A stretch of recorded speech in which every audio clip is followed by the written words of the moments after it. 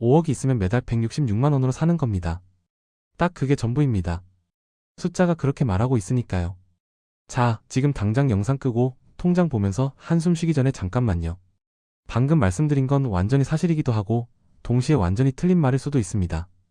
5가지 핵심 요소에 따라 전혀 다른 결과가 나오거든요. 그리고 대부분의 사람들이 이 요소들을 진지하게 생각해 본 적이 없습니다. 오늘은 딱 하나의 질문에 답해드립니다. 5억으로 진짜 은퇴가 가능한가? 같은 5억이라도 누군가에게는 제주도 바닷가에서 여유롭게 커피 한 잔 마시는 노후가 되고 누군가에게는 월말마다 통장 잔고 걱정하며 라면 끓이는 노후가 됩니다. 그 차이는 운이 아닙니다. 먼저 숫자부터 정리하겠습니다. 5억이 있습니다. 잘하셨습니다. 그런데 이게 매달 통장에 얼마를 의미하는 걸까요?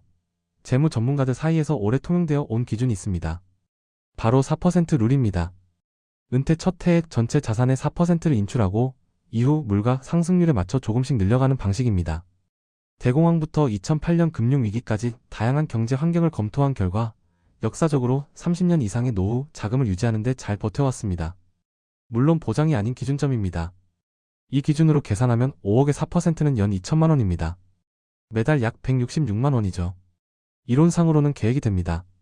그런데 현실에서는 다릅니다. 지금 한국 물가 기준으로는 많이 빠듯합니다. 서울 원룸 월세만 해도 이 금액의 절반을 훌쩍 넘기는 경우가 많습니다. 바로 여기서 5가지 핵심 요소가 등장합니다. 첫 번째, 국민연금입니다. 국민연금은 단일 금액이 아닙니다. 사람마다 수령액이 천차만별이고 이 차이가 은퇴 생활의 질을 완전히 바꿔놓습니다. 3가지 사례를 보겠습니다. 서비스직에서 평균 연봉 2,500만 원으로 일한 이씨. 국민연금 예상 수령액은 약 50만 원입니다. 포트폴리오 인출액 166만 원과 합산하면 월 216만 원, 연 2,592만 원입니다. 중견기업에서 꾸준히 평균 연봉 5천만 원을 받은 박씨. 국민연금은 약 90만 원 수준입니다. 합산하면 월 256만 원, 연 3,072만 원이 됩니다. IT업계에서 연봉 1억 이상을 받으며 국민연금 상한선 근처까지 납부한 최씨. 수령액은 약 150만 원입니다. 합산하면 월 316만 원, 연 3,792만 원이죠. 같은 5억이지만 이 씨와 최 씨의 연간 격차가 1,200만 원 이상 납니다. 매년 해외여행을 2번 가고도 남는 차이입니다. 이 씨는 늘 빠듯하고 최 씨는 여유가 있습니다. 같은 노력, 같은 저축, 그런데 결과가 이렇게 다릅니다. 국민연금공단 홈페이지에서 예상 수령액을 5분 만에 확인할 수 있습니다. 이 숫자 하나가 은퇴 생활의 모든 걸 바꿉니다. 아직 확인 안 해보셨다면 오늘 꼭 해보세요. 수령액이 예상보다 적다면 지금부터 국민연금을 더 납부하거나 수령 시기를 늦추는 방법도 고려해볼 수 있습니다. 두 번째, 사는 곳입니다. 어디에 사느냐는 단순한 선호의 문제가 아닙니다. 5억이 충분한지 아닌지를 가르는 가장 강력한 변수입니다. 월 256만 원의 박씨를 예로 들겠습니다.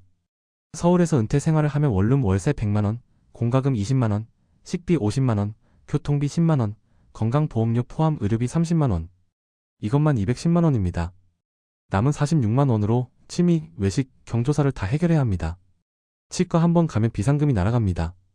같은 돈으로 충북 충주에서 산다면 방 2개짜리 아파트 이자 환산 30만 원, 공과금 10만 원, 식비 40만 원, 차 유지비 포함 교통비 30만 원, 의료비 20만 원. 총 130만 원입니다. 매달 126만 원이 남습니다.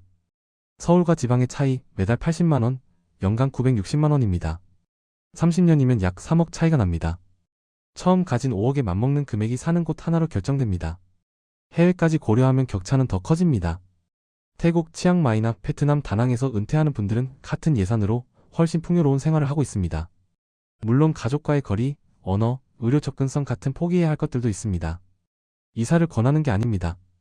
지금 사는 곳이 좋고 가족이 거기 있다면 그게 훨씬 중요할 수 있습니다. 다만 그 선택이 매달 얼마의 비용을 요구하는지는 명확하게 알고 있어야 합니다. 세 번째, 의료비입니다. 여기서 대부분의 은퇴 계획이 무너집니다. 의료비를 과소평가해서가 아닙니다. 전혀 다른 세계의 숫자라고 느끼기 때문입니다. 65세 이후 건강보험 구조가 달라집니다. 금융소득이나 연금소득이 일정 수준을 넘으면 피부양자 자격이 사라지고 지역 가입자로 전환됩니다. 연금만 받는데도 월 20, 30만 원 이상의 보험료가 나오는 경우가 흔합니다. 여기에 치과, 안과, 정형외과 비급여 항목이 있습니다. 임플란트 하나에 100, 200만 원, 무릎, 연골 주사 치료에 수십만 원. 나이가 들수록 이런 지출은 피하기 어렵습니다. 5억 중 상당 부분이 의료비로 예약되어 있다고 생각하면 실제 생활비로 쓸 수 있는 돈은 훨씬 줄어듭니다. 이것이 60세 조기 은퇴와 65세 은퇴의 차이가 단순히 5년이 아닌 이유입니다. 그 5년간 자산은 불어나고 국민연금은 늘고 자산을 써야 하는 기간은 짧아집니다. 네 번째, 인플레이션과 투자입니다. 지출은 매년 오르는데 자산이 스스로 늘지 않으면 천천히 거덜나는 겁니다. 물가 상승률 3% 가정시 지금 월 250만원 생활비는 10년 후 336만원, 20년 후 451만원, 30년 후 606만원이 필요합니다. 지금 50만원짜리 식비가 20년 후에 90만원이 됩니다. 가만히 있으면 가난해지는 구조입니다.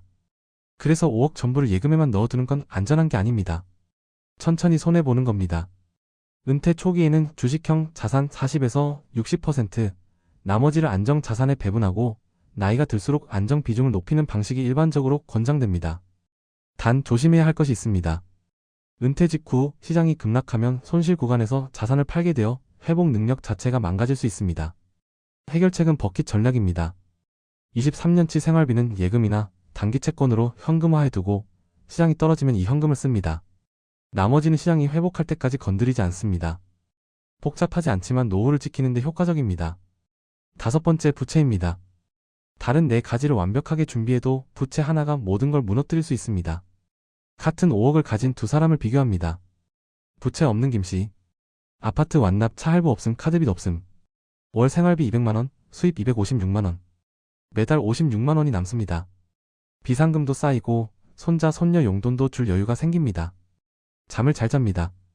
부채 있는 정씨. 주택담보대출 잔액 1억 5천만원에 월 원리금 90만원. 차 할부 30만원. 기본 생활비 200만원까지 더하면 월 지출이 320만원입니다. 수입은 256만원이니 매달 64만원씩 적자입니다. 5억에서 매년 768만원씩 원금을 까먹습니다. 10년도 못 버팁니다. 잠을 못 잡니다. 대출 금리가 낮으면 투자 수익이 더 높다는 계산도 맞습니다. 그러나 대출이 없으면 필요한 월 수입 자체가 줄어들고 비상 상황에 집을 잃을 위험도 사라집니다. 마음의 여유는 수익률 계산에 넣기 어렵습니다.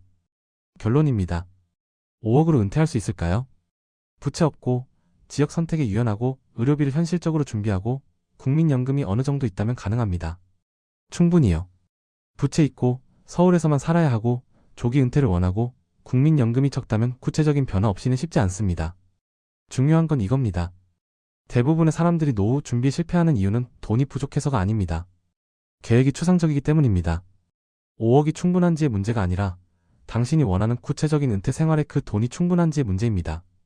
어딘가에는 5억으로 꿈꾸던 노후를 사는 사람이 있습니다. 그리고 10억이 있어도 매달 불안한 사람도 있습니다. 차이는 잔고가 아니라 계획입니다.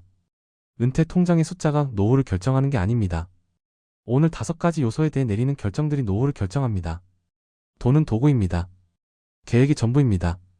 이 영상이 도움이 되셨다면 좋아요와 구독 부탁드립니다. 댓글로 5가지 요소 중 지금 본인에게 가장 걱정되는 게 뭔지 알려주세요. 같이 이야기해봐요. 시청해주셔서 감사합니다.